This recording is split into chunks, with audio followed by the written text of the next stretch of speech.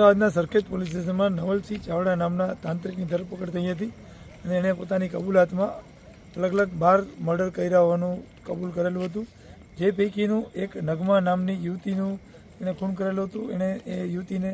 વઢવાણ પોતાના ઘરે બોલાવી એનું ખૂન કરી અને એના લાશના કરકટકા કરી અને ડમ્પિંગ કરવા માટે દાટવા માટે અહીંયા વાંકાનેર મુકામે વાંકાનેર સિટી પાસે આવેલ ધમલકા ગામની સીમમાં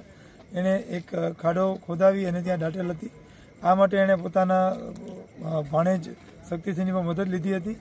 શક્તિસિંહની બતાવણી પ્રમાણે અને આજરોજ સરખેજ પોલીસે આવી અને વાંકાનેર પોલીસને રિપોર્ટ આપેલ હતો, જે રિપોર્ટ આધારે આ કબૂલાત મુજબની જગ્યાએ ખોદીને લાશ કાઢવાની હોય એના માટે એસડીએમ શ્રી વાંકાનેરની મદદ લઈ અને એમની હાજરીમાં અહીંયા ખોદકામ કરવામાં આવેલું હતું અને ખોદકામ દરમિયાન અંદરથી માનવ શરીરના હોય એવા લાશના અવશેષો અને સડી ગયેલી લાશના અમુક ભાગો મળી આવેલ છે, જે પંચનામાની રીતે કબજે કરી અને એફએસએલ ફોરેન્સિક પંચનામા માટે મોકલવાની તજવીજ કરવામાં આવે છે.